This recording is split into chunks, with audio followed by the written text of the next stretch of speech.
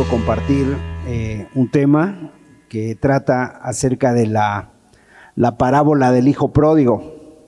Seguramente algunos de los presentes han escuchado acerca de esta parábola.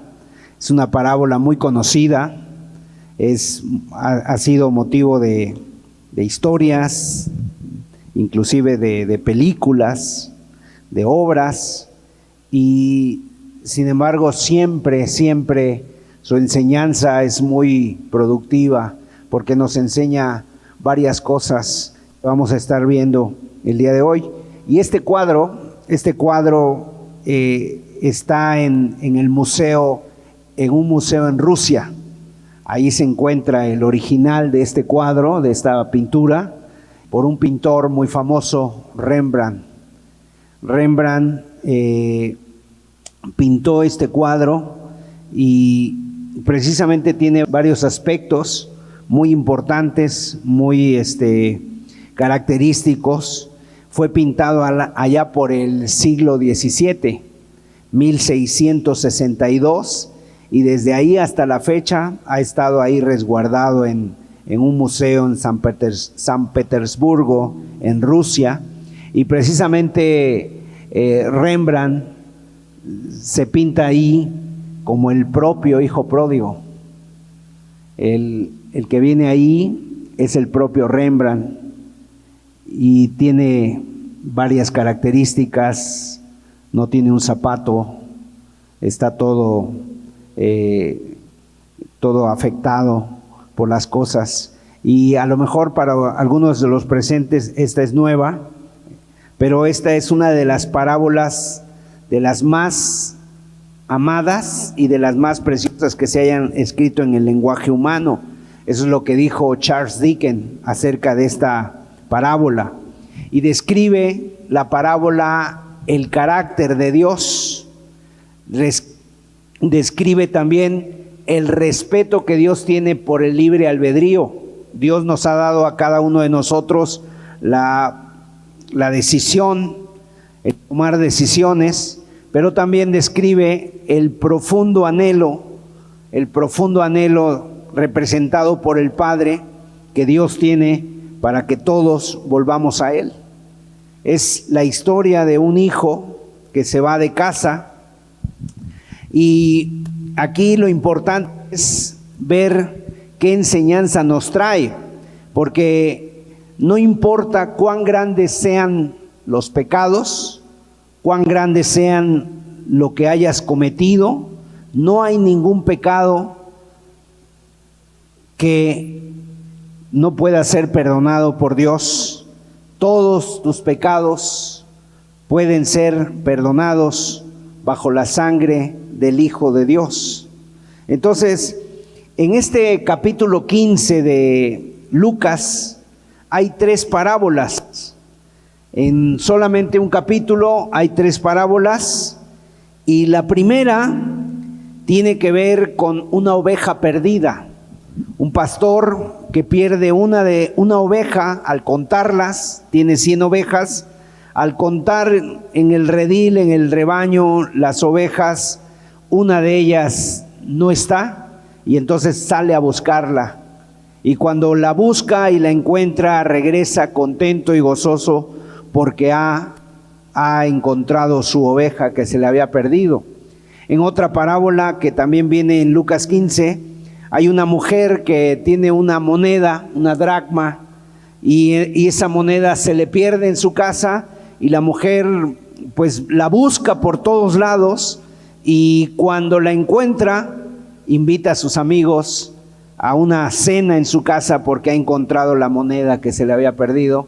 Y en la tercera parábola hay un hijo, ya es algo más humano, la oveja no puede decir nada, el dracma mucho menos, pero en este momento habla de un padre que su hijo se va de casa, y entonces lo espera, y cuando lo encuentra está gozoso. Entonces esta serie de parábolas nos enseñan acerca del gozo que hay en el reino de los cielos cuando un pecador se arrepiente. el gozo que hay en el reino de los cielos cuando un pecador se arrepiente y muestra de una forma muy poderosa la gracia de Dios. ¿Qué es la gracia de Dios? El favor inmerecido de Dios. Esa es la gracia de Dios, o sea, lo mucho que a Él le costó, lo perdonador que es Él de recibirnos de nuevo. Ahora, ¿cuál es el tema central de estas parábolas? El tema central es precisamente el gozo que causa que una persona se arrepienta, que una persona se vuelva a Dios y deje su vida y regrese a la casa del Padre, y eso es lo importante. Fíjese, nos va a mostrar cuál es el sentimiento, cuál es el sentimiento que produce en el alma, en el corazón de Dios, ver un alma que se ha salvado, que se ha arrepentido. Y la escena es la siguiente: Jesús está sentado a la mesa, está comiendo con publicanos y con pecadores, y los fariseos están ahí viéndole, y al verle empiezan a murmurar de él, porque empiezan a decir: ¿cómo es posible que este hombre, si dice que es un hombre de Dios, esté comiendo con pecadores, esté comiendo con publicanos? Eso no puede ser posible. Este hombre no es de Dios, es un engañador. Y entonces Jesús refiere estas tres parábolas. El contexto es precisamente que a los religiosos, en lugar de darles gozo, en lugar de darles gusto, que Jesús estuviera precisamente compartiendo la palabra, el evangelio con pecadores, con personas necesitadas, a ellos les causaba coraje, les causaba envidia y murmuraban, criticaban a Jesús. Pero Jesús está sentado a la mesa, Jesús está hablando con ellos, los está salvando, les está dando vida, les está compartiendo el evangelio. Y entonces ellos, en lugar de tener ese gozo que Dios tiene cuando un pecador viene a Él, esos hombres al contrario murmuran. Y eso sucede muy comúnmente. Murmuran las personas, el religioso murmura porque no encuentra, o sea, para él no cabe en la mente que Dios se acerque a los pecadores. Y esta parábola tiene por lo menos 4 partes que vamos a estar estudiando. Y la primera parte es la condición del hombre sin Dios. Yo quiero que leamos los versículos del capítulo 15 de Lucas, versículos 11 al 13, y ahí viene la primera parte de esta parábola, donde nos va a mostrar cuál es la condición del hombre sin Dios. ¿Cuál es nuestra condición cuando estamos sin Dios? Mire, dice ahí la Biblia: también dijo, un hombre tenía 2 hijos, y el menor de ellos dijo a su padre: Padre, dame la parte de los bienes que me corresponde. Y les repartió los bienes. No muchos días después, juntándolo todo, el hijo menor se fue lejos a una provincia apartada y allí desperdició sus bienes viviendo perdidamente. Ve aquí la escena. Un hombre tenía 2 hijos. El menor de ellos viene a su padre y le hace un reclamo: dame la parte de los bienes que me corresponde. Y dice que el padre lo que hizo fue que a ambos, porque está en plural, les repartió los bienes. Este hijo era el menor, el hijo mayor pues era el primogénito. Al hijo mayor le tocaba una mayor parte, al hijo menor le tocaba una tercera parte de los bienes. Y dice que juntándolo todo, el hijo menor se fue. O sea, no muchos días se fue a una provincia apartada. Y esta representa al hombre sin Dios, al hombre que se entrega a sus pasiones, que se entrega a sus deseos. Y esa es la condición del hombre sin Dios. Y vemos a este hijo menor que siempre ha estado en casa de su padre, y ahora repentinamente algo le pasa, no sabemos qué le pasa, se le cruzan los cables, no sé, empieza a pensar: yo quiero conocer el mundo, quiero ir a gastar todo esto que tengo, quiero disfrutar la herencia que tú me has dado, Padre, dame la parte de los bienes que me corresponden. Ahora le está pidiendo la herencia. Y obviamente la herencia es dada de un padre a un hijo cuando éste muere, cuando éste parte o en un momento determinado cuando él lo decide. Pero aquí es todo lo contrario, aquí lo pide.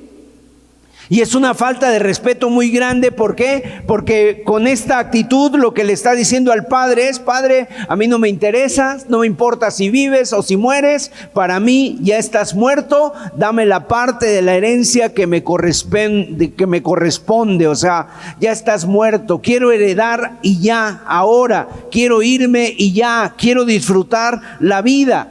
Y precisamente es lo que significa el hijo pródigo. La palabra pródigo significa despilfarrador. La palabra pródigo significa malgastador. O sea, es alguien que con rapidez gasta. Y mientras tuvo dinero, este hombre, este joven, dice que se fue a vivir perdidamente. Vivió como un rey. Tú lo podrías ver, o sea, la escena se podría ver de esta manera: se fue de fiesta, invitando a sus amigos, emborrachándose muchas veces, comiendo hasta reventar, pagando los mejores hoteles, llevando a cabo las mejores fiestas, viviendo con la mejor ropa, pasando el momento, pasando el rato, sin pensar en el día de mañana. O sea, era un despilfarrador. Ahora, cuando vemos nosotros esta escena, nos preguntamos: ¿no es esta una descripción del hombre que vive en el pecado?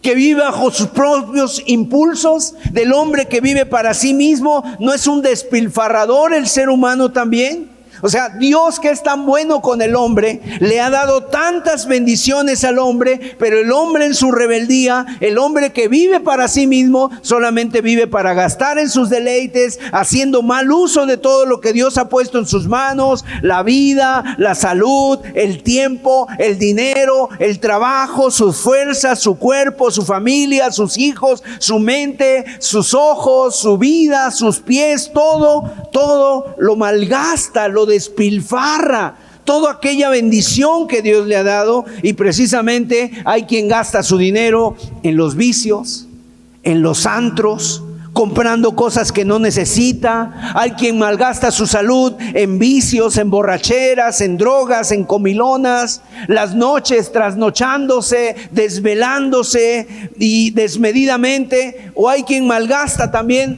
su propia familia, maltratando a su esposa, maltratando a sus hijos, hablando mal a sus hijos, con insultos, con egoísmos. Y Dios ha puesto tantas bendiciones en nuestras manos que nos debemos de preguntar cada uno de nosotros: ¿qué uso estoy haciendo de las bendiciones que Dios nos ha dado? Cómo el ser humano prefiere vivir su vida a su manera, en su dirección, en su propio egoísmo, se rebela contra Dios y se va. Pero ¿saben una cosa? Al irse el hijo pródigo, él mismo se está metiendo en una situación que cada vez lo va a llevar a la desesperación. Y es de suponer que una persona que vive así, tarde o temprano se va a encontrar en una situación desesperada. O sea, una persona que tú lo ves que va corriendo sin parar, sin tomar en cuenta el día de mañana, sin tomar en cuenta las cosas. Esa persona en un momento dado va corriendo hacia un precipicio, hacia una forma desesperada. No puedes correr todo el tiempo. No puedes estar huyendo todo el tiempo, no puedes estar viviendo de una misma manera todo el tiempo. Entonces es cuestión de tiempo. Este joven lo que hace literalmente es comerse el mundo, comerse las 7 vacas gordas en un momento dado, sin pensar que un día van a llegar las 7 vacas flacas. ¿Cuál es la filosofía de este mundo? La filosofía de este mundo es: comamos y bebamos, que mañana moriremos. ¿Cuántas veces la gente tiene esta filosofía? Hay que disfrutar hoy de la vida, hoy estamos jóvenes, hoy tenemos fuerzas, sin pensar en el día de mañana. Mañana ya veremos. Y su situación está describiendo de una forma espiritual ¿Dónde estamos nosotros? ¿Dónde está el ser humano cuando estamos sin Dios? Cuando no tomamos en cuenta a Dios en nuestra vida, cuando seguimos nuestros propios deleites, nuestros propios impulsos, cuando queremos hacer nuestra propia voluntad y seguir nuestro propio criterio. Ahí estamos sin Cristo, y esta parábola lo describe rápidamente. Dice que se fue lejos a una provincia apartada y allí desperdició sus bienes perdidamente. Lo que le había costado toda una vida tal vez a ese padre, lo que le había costado a esa generación toda una vida, él se lo malgasta rápidamente. Ahora, cuando dice que se fue a una tierra lejana, ¿qué haces tú en una tierra lejana? En el contexto está hablando a los judíos, y en el contexto la tierra de Israel era la tierra donde estaba la presencia de Dios. El irse de Israel era huir de la presencia de Dios. Es como decir, yo me voy a un lugar a donde nadie me vea. No quiero que nadie me diga absolutamente nada, ni lo que tengo que hacer, ni lo que tengo que pensar, a la hora que me tengo que levantar, a la hora que tengo que dormirme. No me digan absolutamente nada. Me voy fuera de la jurisdicción de Dios. Y este joven lo primero que hace es irse a una tierra lejana para poder vivir perdidamente, lejos de la autoridad, de su padre, de su familia, de sus hermanos, de sus primos, lejos de alguien que lo pueda vigilar, que puedan apelar a su conciencia, pero también lejos de los que lo puedan ayudar. Él mismo se estaba alejando de aquellos que podían ayudarlo. Y la verdad, esta es una tentación, yo creo que para todos. En un momento determinado, las gentes, los jóvenes han querido o han pasado por esta situación. Seguramente tú mismo en algún momento de tu vida, tal vez por razones de trabajo, por razones de estudio, y entonces dices, me voy de casa y ahora estoy solo, nadie me conoce, nadie me ve, voy a vivir tan desordenadamente como pueda. Y es una tentación muy grande para todo ser humano. Y en esa situación desesperada se va a una tierra lejana, y después dice ahí, viviendo perdidamente. Y dice la Escritura que todo lo que el Padre le había dado lo malgasta en juergas, en lujos, en deleites, en las comodidades, en los placeres de este mundo, hasta el punto que lo gastó todo. Ahora, ¿qué nos describe esta parábola? Que después vino un tiempo de escasez, porque en un momento dado una crisis puede llegar, y esa escasez vino a él donde no podía comprar nada, absolutamente nada, ni de comida ni de nada. Es más, ya se le había acabado todo. Se le acabaron los amigos. En un momento cuando ya no hay dinero, ¿dónde están los amigos? Se acabaron los amigos. ¿Dónde están esas personas que iban a estar contigo hasta el fin? Se acabaron. ¿Dónde está aquella persona que decía que te iba a echar la mano? Se acabó. Y ese hijo pródigo somos tú y yo cuando vivimos sin Cristo. Es el ser humano satisfaciendo los deseos de la carne, de su mente, viviendo perdidamente, gastándoselo todo en vicios, en pecados, y solamente pensando en uno mismo, pensando en que uno tiene el control, pensando en que uno tiene el control, que uno puede hacer las cosas y que a uno le van a salir bien. Ahora viene la segunda parte de esta parábola. A partir del versículo 14 al 16 vienen las consecuencias de una vida sin Dios, porque todo lo que nosotros hacemos tarde que temprano tiene consecuencias. Tarde que temprano, dice, cuando lo había malgastado todo. No muchos, en el versículo 14 dice, y cuando todo lo hubo malgastado, vino una gran hambre en aquella provincia y comenzó a faltarle. Y fue y se arrimó a uno de los ciudadanos de aquella tierra, el cual envió a su hacienda para que apacentase cerdos, y deseaba llenar su vientre de las algarrobas que comían los cerdos, pero nadie le daba.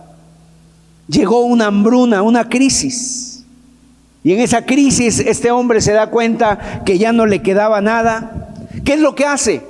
Lo que hace el hombre, pone a andar su plan A. ¿Cuál era su plan A? Bueno, voy a buscar trabajo, yo puedo salir de esta. Y alguien de la ciudad, de aquel país, le dice, tengo trabajo para ti y tu trabajo va a ser apacentar los cerdos. O sea, para nosotros a lo mejor no nos dice mucho, es un trabajo. Pero para el contexto judío en que lo está platicando el Señor Jesús, significa mucho estas palabras, porque apacentar cerdos para un judío es caer hasta lo más bajo. Es caer hasta lo más bajo, porque en las leyes ceremoniales judías el cerdo era un animal inmundo, un animal impuro. Entonces este hombre encuentra trabajo, pero la persona va a caer más bajo todavía. Si ya estar cuidando los cerdos es bajo, ahora va a caer más bajo. ¿Por qué? Porque dice que él deseaba llenar su vientre de las algarrobas. O sea, ahora no tenía absolutamente nada y ahora deseaba comer la comida de los cerdos. ¿Sabes de qué está hablando esto? Es el fondo del pozo. Es el fondo del pozo, es desear la comida de un cerdo, es tocar fondo. Esa es la consecuencia de una vida sin Dios, es tocar fondo. Y muchas veces el hombre solamente va a llegar a Dios y solamente va a voltear sus ojos cuando tocas fondo. Por lo tanto, hay personas que en un momento dado pueden reflexionar en su vida y decir a dónde voy y parar su vida antes de que llegue esto, pero hay personas que lamentablemente van a llegar en un momento dado a tocar fondo y entonces es cuando van a clamar o cuando van a voltear sus ojos al cielo. El hijo pródigo, en este caso, se fue corriendo del padre y llegó un momento en que empezó a tocar fondo. Cuando vivimos sin Dios, muchas veces nuestra vida toca fondo. ¿Y toca fondo cuándo? Cuando de repente te das cuenta que todo a tu alrededor se quiebra, tu esposa te deja. Cuando la borrachera te deja perdido. Cuando has perdido tu familia, cuando has perdido inclusive la dignidad. Cuando una persona está ahí, hasta imagínate haciendo sus necesidades en su propia ropa y no se da cuenta de las cosas. Cuando tus vicios sexuales te han contagiado de enfermedades de cualquier tipo. Cuando tus vicios en las drogas te han dejado en la pobreza y has perdido tu casa y estás en la miseria. A lo mejor han perdido el trabajo, has tocado fondo. Y ahí, en ese momento, literalmente se le puede llamar estar comiendo la comida de los cerdos. Estar comiendo la comida de los cerdos. Lo que nos enseña este texto es que esta persona ya no podía caer más bajo. Es la imagen de alguien sin Dios que está en esa espiral de caída, en esa espiral hasta tocando lo más bajo y llegar hasta lo más profundo, donde ya no hay salida, donde ya no hay esperanza. Estar ahí en las noches sin poder dormir, estar ahí sin amigos, ¿a dónde recurres? Estar en una situación donde tienes que, a lo mejor para poder subsistir, tienes que volver a tomar y tienes que volver a drogarte y tienes que volver a hacer cosas porque ya no aguantas más. Estás muerto, como dice la Biblia, en delitos y pecados. Ahora, cuando estábamos en ese pozo, Jesús precisamente llega a nuestra vida cuando estábamos ahí muertos. ¿Qué esperanza hay para un muerto? No hay ninguna esperanza. Imagínate que alguno de nosotros nos dijeran, ¿sabes qué? Esta mala noticia, hay un muerto en tu casa, un familiar, un ser querido. ¿Tú qué puedes hacer por un muerto? No puedes hacer absolutamente nada. Simple y sencillamente es llegar y llorar y cuando mucho suplicar un milagro. Así es cuando un hombre cae tan bajo y pierde toda la esperanza. No hay esperanza, es una situación muy crítica, porque aquí vino una crisis en el país y cuando hay crisis, el más cercano, el más allegado, tiene dificultad en ayudarte y eso es lo que le pasa a este joven. Y dice que se acerca a un vecino y le pide las algarrobas. ¿Qué eran las algarrobas? Pues una especie de frutas que comían los cerdos. Y esa fruta le pide y le dice que no. O sea, esas frutas no son para ti, son para los cerdos. ¿Cuántas personas hay en un momento dado que por estar en ese estado de perdición no pueden ayudarles de ninguna manera. Viene una crisis, hay escasez, hay dificultades. Y sinceramente, cuando nosotros vemos que hay crisis, es cuando nosotros pensamos que hay gente que va a clamar, que va a levantar sus ojos al cielo y que va a decirle a Dios, ayúdame. Pero a mí me sorprende, la verdad, que no haya mucha gente mirando al cielo. En los días pasados que nosotros tuvimos aquí, no sé, la pandemia, cuántos de nosotros estuvimos enfermos y a lo mejor algunos clamaron al cielo, algunos levantaron sus ojos al cielo y diciendo, ¿qué voy a hacer? ¿Qué va a hacer de mi vida? Guárdame. Pero fue por un tiempo, fue momentáneo. Llega un momento en que pasa eso y otra vez el hombre sale adelante, otra vez el hombre toma fuerza para seguir en su propia vida. Y las cosas se ponen peor para este joven. Dice que busca ayuda, pero nadie le daba. Lo único que pudo encontrar fue trabajo en una granja de cerdos, se le llama una pocilga. Si pudiéramos decirle unas palabras a este joven, si pudieras tú tenerlo enfrente a este joven y decirle unas palabras, por lo menos 4 palabras, decirle a este joven, ¿qué le dirías? ¿Has visto a dónde has llegado? Hace días estabas en la casa del Padre y ahí tenías todo en abundancia, ahí tenías alimentos, ahí tenías comida y ahora mírate, ahora ¿cómo estás? Mira, estás sirviendo a los cerdos. ¿Te das cuenta de lo que ha sido tu vida cuando has dicho yo tomo el control? Mejor te hubiera estar ahí en la casa del Padre, bajo su cuidado, bajo su protección. Tú te creías el rey del mundo, te creías el rey de la fiesta, te creías esto, pero eso se acabó. ¿Y ahora cómo estás? ¿Cuál es tu condición? Y sabes una cosa, así son las promesas del mundo. Este mundo te promete que si juegas su juego, vas a ser el rey de la fiesta. Te va a ir bien, vas a ser famoso, vas a tener prosperidad, vas a tener felicidad, vas a encontrar el amor, todo lo vas a tener. Si juegas en las cosas del mundo, todo lo vas a tener, pero ¿cuál es la realidad? Que a los 4 días te encuentras a ti mismo en el pozo o te encuentras a ti mismo anhelando comer la comida de los cerdos, haciendo cosas que nunca te habías imaginado.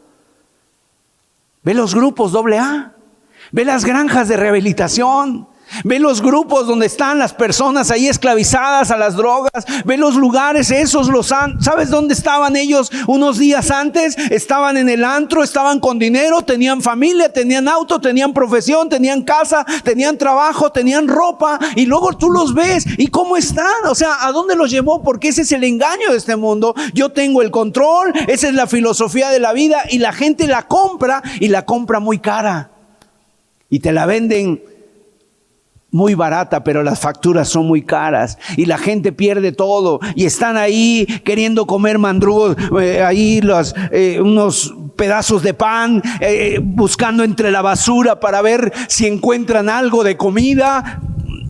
La gente no tiene, nadie les daba. Y la gente misma que un día te ofreció y que un día te invitó, te hace a un lado con el pie y te dice hazte para allá, no te conozco, no sé quién eres. Me das vergüenza, me das pena, hueles mal, me das asco. Y así estaba este joven.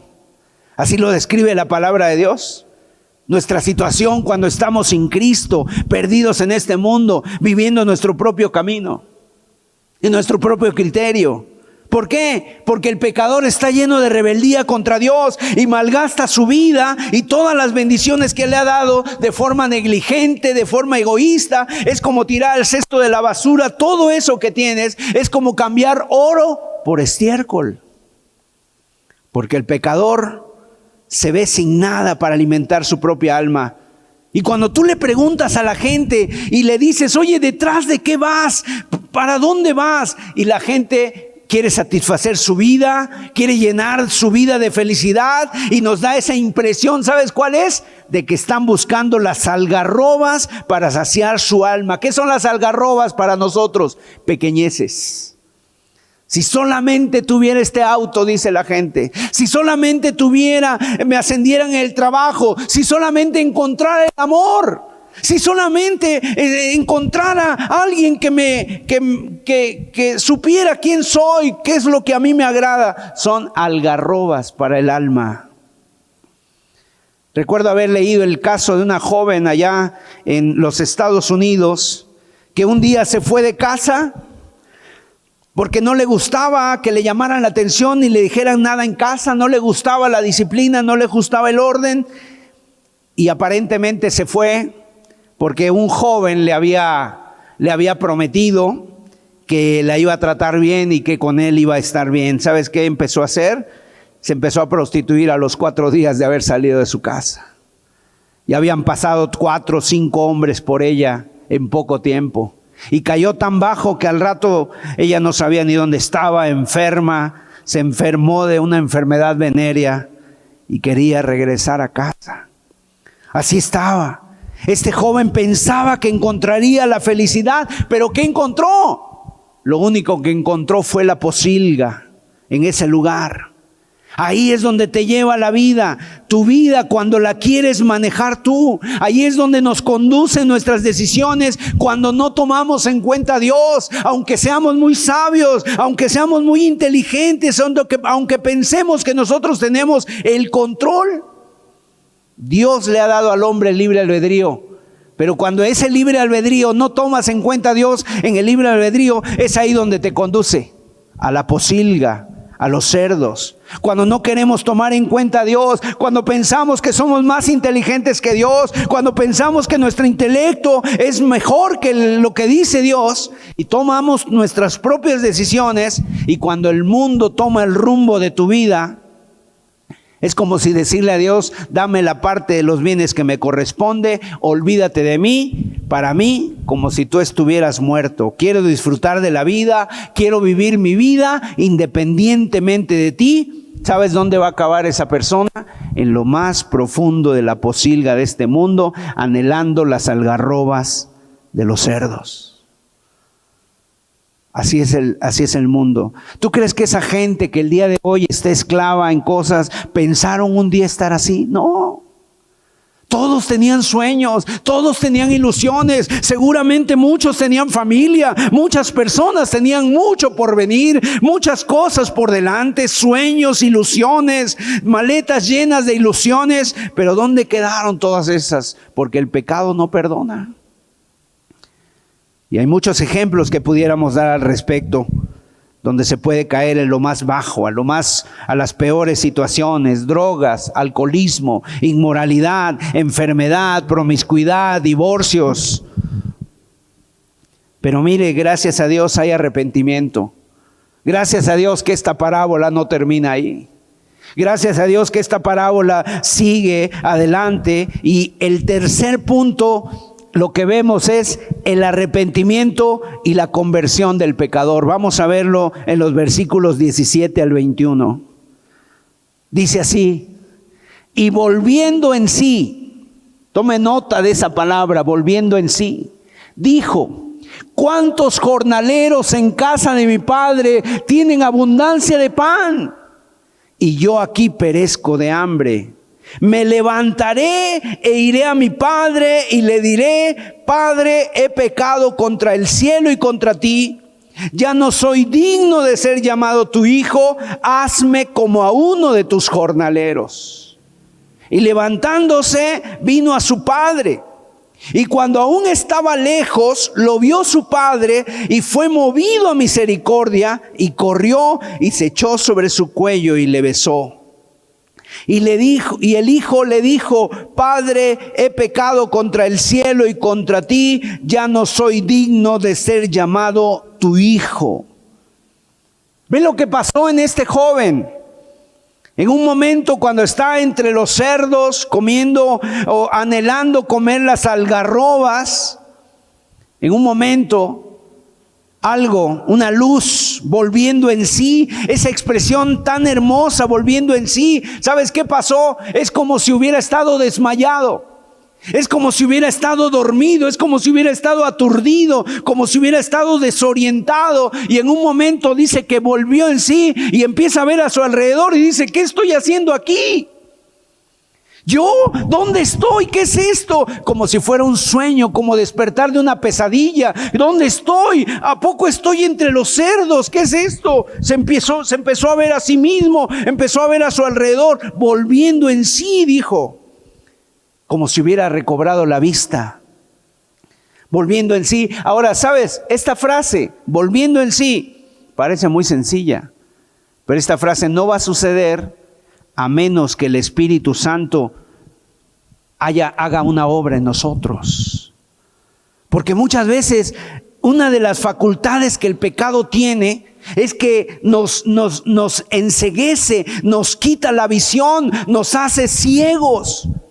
Es una capacidad que tiene el pecado de hacernos ver cosas que no vemos. O sea, es como un espejismo, es una ilusión lo que estamos viendo, es como un castillo en el aire lo que estamos viendo en el pecado, pero no sabe la realidad. El pecador cree que está bien, que está haciendo lo correcto, que le va a ir bien por el camino en el que está. Porque el libro de Proverbios dice, hay camino que al hombre le parece de vida, pero su fin es camino de muerte. A no ser que vuelva en sí, a no ser que recobre la vista que había perdido, a no ser que realmente venga un rayo de luz de parte de Dios a esa vida. ¿Para qué? Para que esa persona pueda abrir sus ojos espirituales. Hay un texto en Jeremías capítulo 17, verso 9, donde dice el profeta Jeremías, engañoso es el corazón más que todas las cosas y perverso. ¿Quién lo conocerá? Fíjate, aquí nos habla este pasaje de que el corazón del hombre tiene la capacidad de engañar a otros, pero sobre todo de engañarnos a nosotros mismos. Porque muchas veces todos saben la realidad acerca de nosotros, menos nosotros mismos. La gente se da cuenta y dice, esta persona va a terminar mal. Esta persona cree que me engaña, pero no me engaña. Se cree muy listo, pero yo soy más listo que él. Esta persona no se va a salir con la suya, por lo menos conmigo. O sea, a veces nos tienen bien ubicados. Pero el corazón del hombre es tan perverso que tiene la capacidad de engañarnos a nosotros mismos. ¿Y de qué manera nos engaña? El pecador se repite a sí mismo, no estoy tan mal. Otros están peores que yo. Mañana todo irá mejor. Las cosas van a cambiar. Solo necesito un poquito más de tiempo. Todo está bajo control. Y Dios te dice, engañoso es el corazón, engañoso es tu propio corazón, hasta el punto que tú no eres capaz de ver tu propia condición. Necesitas que el Espíritu Santo te lo haga ver, que te los muestre, que te abra los ojos. Así también nosotros necesitamos que venga de parte de Dios alguien y que nos diga, vas mal, cambia, reflexiona, vuelve en sí. Y ese es el Espíritu Santo. ¿Sabes qué? El Espíritu Santo es la persona, es Dios que ha venido, ha sido enviado para que el ser humano pueda encontrar, pueda tener un hambre, pueda tener una sed, pueda tener algo espiritual. Ese es el Espíritu Santo. Durante demasiado tiempo este joven estuvo viendo en la posilga, tal vez diciéndose a sí mismo, todo va a salir bien, sigue adelante. Bueno, al fin y al cabo no está tan frío. Al fin y al cabo, si no me dejan comer las algarrobas, ya voy a encontrar algo. Por ahí me puedo encontrar un trozo de pan. Hay gente que está en peor condición que yo. Y así el pecado nos engaña. Hasta que un día vuelve en sí y entonces dice, ¿pero qué hago aquí? ¿Cómo he llegado a esta situación? ¿Cómo es posible? ¿Por qué no me muevo? ¿Por qué no acudo de nuevo a la casa de mi padre? Y dice que volviendo en sí. Y esta palabra, volviendo en sí, es la definición de la conversión. ¿Qué es la conversión? Cuando esa persona vuelve en sí, número 1, reconoce su pecado. Número 2, se arrepiente. Y número 3, vuelve a Dios. Esa es la conversión. Y entonces es cuando dice, si en la casa de mi padre hay de todo. Incluso los jornaleros, los trabajadores que mi padre tiene, viven mucho mejor que yo. Ya sé lo que voy a hacer, le diré a mi padre que me tenga como uno de sus siervos, que me ponga a trabajar para él y estaré mucho mejor de lo que estoy aquí. Ahora, suena muy fácil esto, pero que es difícil. Es muy difícil lo que este hombre hizo, por eso tiene que ser algo de parte de Dios, porque suena fácil, pero una de las cosas más difíciles que se pueden romper o que se tienen que romper en nuestra vida es nuestro orgullo, nuestra soberbia, nuestra altivez. Y lamentablemente, ¿sabes qué tiene esta generación? Esta generación, sobre todo esta generación que tenemos tanto acceso a las redes sociales, que tenemos tanto acceso al mundo a través del internet. ¿Sabes? Esta generación está considerada como una generación muy altiva, muy soberbia. Tú ves a la gente y no le puedes decir nada, porque inmediatamente sacará su teléfono y te filmará y te dirá que tú eres una persona, no sé, que tienes otros pensamientos, que estás usando un lenguaje de odio hacia ellos y te estarán diciendo todo eso, y eso correrá por las redes sociales. O sea, no le puedes decir nada a nadie. Un padre le quiere decir algo a su hijo y el hijo se le pone enfrente y le dice: ¿tú qué traes? Tengo amigos que me pueden defender, y se ponen al tú por tú. Una persona en cualquier lugar puede hacer eso. Es una generación que es catalogada como una generación llena de soberbia, de altivez, de orgullo. Y ese orgullo nos está llevando a la quiebra, porque la Biblia dice en Proverbios: antes de la caída y del quebrantamiento está la soberbia. Antes de la caída está la altivez de espíritu. ¿Qué quiere decir? Que esta generación va en picada. Esta generación va en picada. Cuando tú ves un joven y le dices: oye, no estés viviendo así, espérate, mira hacia dónde vas a terminar mal. Tú dices: ¿y qué? ¿Soy yo? ¿A ti qué? Y lo más difícil es romper nuestro orgullo, es humillarnos delante del Dios Todopoderoso. Se tiene que romper el orgullo, se tiene que romper tu orgullo en tu corazón, y tienes que ir a los pies del Padre Celestial y decirle, como este joven: Padre, he pecado contra el cielo y contra ti, recíbeme. Y ojalá pueda haber la actitud aquí entre nosotros de este joven, de volver en sí, de despertar, de arrepentirte, de regresar a la casa del Padre Celestial, de confesar nuestros pecados delante de Él de una forma sincera, sin culpar a los demás. Porque eso es lo que tiene la soberbia. ¿La soberbia qué es? Es echarle la culpa a los demás de lo que nos pasa. Es que, Padre, yo no sabía lo que hacía.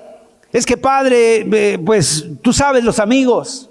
Es que me llamaban. Es que yo quería experimentar. Pero volver en sí es arrepentirnos, es confesar sin restarle importancia a tus culpas y a tus faltas. Qué difícil es que la gente reconozca sus faltas. Qué difícil. El otro día en un supermercado, fíjese nada más, qué sorpresa, ¿no? Qué locura. En un supermercado, de repente vino una persona y estaba una señora antes, y esa señora, pues yo no sabía, ¿verdad? Pero esa señora llevaba muchas cosas en su ropa. Y entonces la persona, el guardia o el supervisor, se la lleva y le dice a esta persona: te vimos en las cámaras que te estás metiendo cosas en tu ropa, sácalas por favor. Y la persona empieza a decir: no, yo no soy. Y ahí estaban ahí platicando y le mostraban ahí el video de dónde estaba ella, y aún mostrándole el video de esa persona, de ella misma, que se estaba metiendo las cosas a su ropa, aún así decía: yo no soy. Yo no soy. Oye, pero estás ahí en la cámara. Yo no soy. Es alguien parecido a mí. Se parece. ¿Cuántas personas son así? Aún con todas las evidencias, no tienen ni un poquito de vergüenza, ni un poquito de humildad para decir: perdóname, te ofendí, perdóname. Este joven, esto es lo que hace este joven: he pecado contra el cielo y contra ti. ¿Qué estaba haciendo? Reconociendo su propio fracaso. Si es cierto, la regué. Y ojalá y eso sea en esta vida. Y no sea cuando haya personas que estén ya en el hospital. Cuando haya personas que estén ya muy mal, debatiéndose entre la vida y la muerte. Este joven reconoció su propio fracaso, pensó que tenía todo en sus manos y todo se le vino para abajo. Ya no había plan A, ya no había plan B, ya no había plan C. Todos sus planes se le habían acabado. Terminó entre la basura, terminó entre los cerdos y él decía, ya no soy digno de ser llamado tu hijo. ¿Qué estaba haciendo? Estaba asumiendo las consecuencias de sus actos. Se arrepintió de corazón. ¿Qué quiere decir una conversión? Fíjese, arrepentimiento y conversión son dos palabras muy importantes en la Biblia. El arrepentimiento es pedir perdón por nuestros pecados pasados, pero la conversión es dejar de hacer aquello que estábamos haciendo. El día de hoy hay gente que se puede arrepentir, pero no deja de hacer las cosas que hace y sigue en la misma. O sea, entonces la conversión es un cambio de 180 grados. Si yo voy caminando en esta calle y digo voy hacia la avenida López Mateos, pero en lugar de ir para allá voy para acá, tú dices vas equivocado, vas mal. Esa calle que buscas está para allá. Tienes que hacer un cambio de 180 grados. Si alguien me dice yo voy al cielo, pero sigues en el orgullo, en la altivez, en la soberbia, en el pecado, en la maldad, en la rebeldía, dice estás equivocado. Ese camino no te va a llevar a Dios, te va a llevar a la perdición. Entonces la conversión es estar yendo del pozo, de la posilga, de las algarrobas, de los cerdos, a la casa del Padre. Esa es la conversión. Y de golpe este joven se vuelve al Padre. Me doy cuenta de mi pecado. Me arrepiento, Padre, he pecado. Reconozco mi indignidad. No merezco ser llamado tu hijo. Y entonces regresa al Padre esperando compasión. Ahora, él iba a hacerle una propuesta al Padre. Hazme como uno de tus jornaleros. Hazme un trabajador. Hazme como un trabajador, ya ni siquiera me llames tu hijo, hospédame solamente.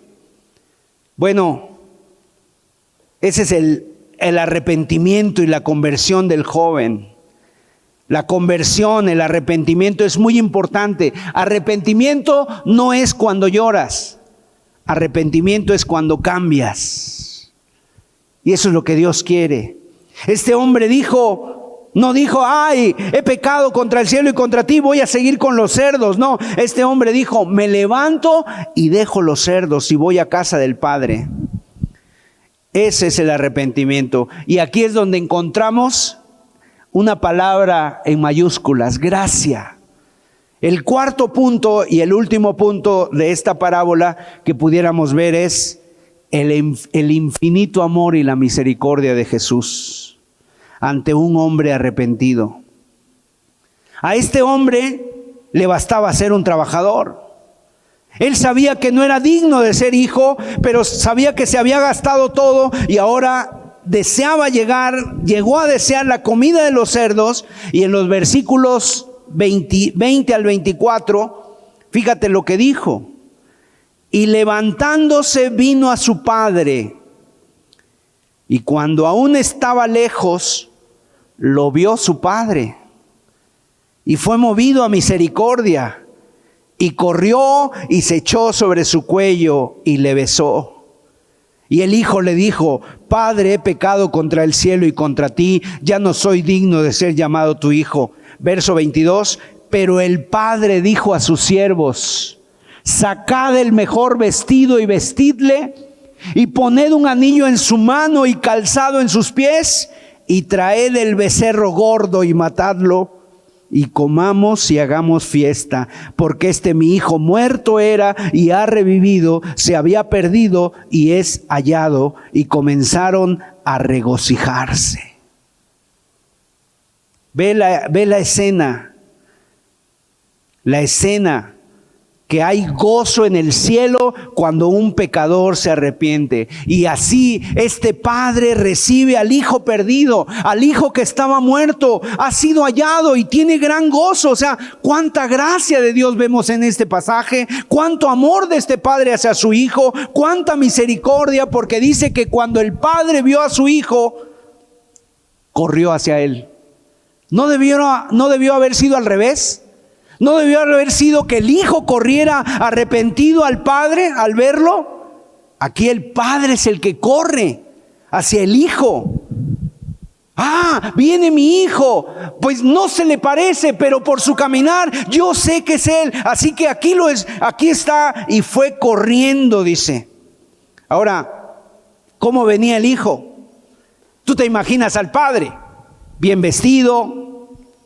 Seguramente estaba hablando con sus siervos, dándoles instrucciones para la jornada del día, y de repente ve a su hijo allá en el horizonte y lo reconoce. Viene andrajoso, viene sucio, viene maloliente, viene despeinado, uñas largas, ropa sucio, pero por la forma de andar lo reconoce y dice: es mi hijo. Y deja lo que está haciendo, deja a los siervos y se echa a correr. ¿Te puedes imaginar a un hombre corriendo, a un hombre mayor? La gente mayor no corre. No es apropiado. Los jóvenes son los que corren. Además, este hombre tenía posición, tenía siervos, tenía una hacienda. En aquella época, que una persona mayor corriera era como hacer el ridículo. Un ancianito se levanta sus vestidos y llega y empieza a correr ahí con riesgo de caerse. Va corriendo. ¿Te imaginas a la abuelita corriendo? ¿Al abuelito corriendo? Este hombre deja de lado todo, su imagen, y delante de su casa se humilla, hace el ridículo delante de sus siervos, y él es el que corre. ¿Por qué? Porque aquel que viene en el camino es su hijo amado, no es cualquiera. Es su hijo. Y su corazón se llena de misericordia, se llena de compasión, de bondad, y corre hacia él. Lo ve de lejos y corre hacia él. Y así está Dios, esperando que las personas vengan a él con un corazón arrepentido, y él correrá y lo abraza y lo besa y dice: saquen el mejor vestido, vístanle, póngale un anillo en su mano, calzado en sus pies. Mi hijo ha vuelto a casa, es día de una gran celebración. Y esa es la actitud del Padre. Vemos la actitud de nuestro Padre Celestial hacia nosotros. Cuánto amor y cuánta misericordia. O sea, Dios está esperando que tú corras a los pies de Cristo. Ahora fíjate la paradoja. Este joven se fue buscando el deleite, la fiesta. Este joven se fue buscando la satisfacción de su vida. Este joven se fue buscando la buena vida allá afuera. ¿Sabes dónde estaba la fiesta? La satisfacción, lo que él necesitaba, estaba en la casa. El padre lo tenía. La fiesta se la hizo el padre, el anillo se lo dio él, el vestido nuevo, ahí estaba para él, todo estaba para él. Y así es el hombre, va a buscar en el mundo lo que solamente en Dios puede encontrar. Ahora, aquí la gran enseñanza para nosotros, que así como el padre corrió hacia el hijo, así también Cristo corrió hacia nosotros, porque Cristo es el que descendió del cielo. Es el que cubre la distancia entre Él y nosotros para alcanzarnos. El que corrió hacia nosotros, el que se humilló a sí mismo, el que se encarnó, cubrió la distancia que había entre el Padre y nosotros para abrazarnos, para besarnos, para llegar hasta nosotros, porque Él reconoce a sus ovejas. Vemos a este padre en la parábola del hijo pródigo y la gracia de Dios que nos recibe, que nos perdona y que viene hacia nosotros. Ahora, ¿cómo tuvo que venir el hijo? ¿Tuvo que lavarse, echarse loción, perfumarse, rasurarse para venir a Dios? No, vino así como estaba. Hay personas que el día de hoy dicen: no, yo no me acerco a Dios porque soy tan malo. Yo primero tengo que hacer cambios en mi vida. Primero tengo que dejar esto, tengo que dejar aquello. No puedo, o sea, no es así. No vas a poder. Si tú pudieras lavarte, si tú pudieras rasurarte, si tú pudieras alinearte a ti mismo, ¿para qué necesitas a Dios? Tú mismo lo harías. Necesitamos a Cristo hasta para vestirnos, hasta para limpiarnos. Necesitamos venir a Él para que Él nos lave, nos limpie y nos enjugue. Ese es Cristo Jesús. Ese es Cristo Jesús. Es lo que la parábola dice. No tienes que venir limpio, tienes que venir así sucio como estás para que Él te limpie, para que veas su gracia y su misericordia. Si este hombre pudiera haberse quitado la miseria, la basura de su vida, ¿para qué necesitaría Jesús? ¿Para qué precisa Jesús? Tenemos que ir a Jesús como el hijo pródigo, oliendo a cerdo, con vestidos llenos de excremento de puerco, con los cabellos largos, con las uñas sucias, con los piojos cayendo en la cabeza, así en la inmundicia como estamos. Tenemos que venir a Jesús. Y nos vamos a dar cuenta de algo: el Padre lo estaba esperando. Ese padre siempre miraba la carretera por donde el hijo se había ido, porque él sabía, un día mi hijo va a regresar. Yo sé que un día va a volver. Y de noche y de día el padre lo esperaba, y de repente un día lo vio regresar, y la palabra dice que salió a su encuentro. Ese es Dios. Esa es la gracia y la misericordia de Dios. Ahora, ¿qué hizo el padre? ¿Le dio asco? ¿Le dio asco? ¿Le dieron náuseas? Límpienlo, lávenlo antes de que yo lo abrace. No, lo abrazó tal como estaba. Y hay una gran diferencia. Nosotros, cuando estamos sucios, todo lo que tocamos lo ensuciamos. Ensuciamos lo hermoso del matrimonio con nuestros pecados. Ensuciamos la vida, el alma de nuestros hijos cuando estamos en nuestros pecados y cuando son pequeños. Pero lo hermoso es que cuando Dios toca algo, lo hace limpio. Hace nuestras almas limpias. El único que te puede limpiar es Cristo Jesús. Vamos a inclinar nuestros rostros y tener un momento de reflexión antes de concluir con este tiempo. Pero si tú has meditado en tu vida y tú dices, ya no aguanto más. Ya no aguanto más, hermano, estoy desesperado. Me siento a mí mismo como en esa pocilga. He anhelado la comida de los cerdos. He anhelado irme de casa. He anhelado dejar todo. Matrimonio, hijos, familia. He anhelado dejar ya esta vida. No me agrada. Bueno, tal vez si estás así. Pero hoy, que sea el Espíritu Santo el que haga que vuelvas en sí para decir, ya no quiero más esta vida. Pero no huyas más, no te vayas más lejos, no te vayas a esa provincia apartada. Ven a Cristo. Él te espera con los brazos abiertos. Él se goza cuando hay un pecador que se arrepiente. Deja de dar largas, deja de poner excusas, deja de decir mañana, deja de darle tiempo. Es hoy, tu situación es desesperada. Hay personas que no duermen, hay personas que padecen insomnio, hay personas que están deprimidas, lloran mucho o comen poco. Hay personas que no tienen ganas ni de bañarse, que quieren salir huyendo. Esa es tu alma, que Dios la conoce. Deja de buscar entre las algarrobas, esas minucias, esas pequeñeces. No es el carro, no es el dinero lo que te va a dar la satisfacción. Es Cristo Jesús cuando te abraza y te llena de su amor y de su bondad.